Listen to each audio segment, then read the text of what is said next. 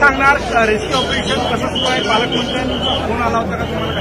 नाही, मी पालकमंत्री महोदयांच्या संपर्कामध्ये आहे. त्यांचा 2-3 वेळा मला फोन आला आणि सगळ्या प्रिकॉशन्स आपण घेतलेल्या आहे. आणि जे अफवा चालू आहे की एवढे लोक दबून मेले असं काहीच त्याच्यामध्ये नाही आहे. जवळपास 17 लोकांना आपण हॉस्पिटलला आलेलं आहे.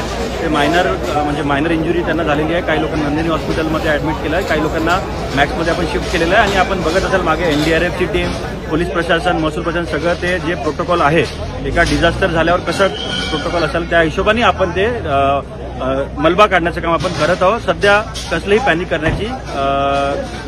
करण्याची गरज नाही आहे. इथे कोराडी मंदिराच्या मागे जे महाद्वाराचं बांधकाम चालू होतं तिथे ऑलरेडी NDRFची टीम आहे, लोकल पोलीस ऑलरेडी इथे पोहोचले आहेत, अँब्युलन्स आहेत. ते कुठल्याही प्रकारची कॅज्युलिटी आतापर्यंत रिपोर्ट झालेली नाहीये. तरी देखील काही शक्यता नाकारता येत नाही म्हणून आपण आता पुढचं सर्व तिथे एक्सकॅव्हेशन करून चेक करत आहोत.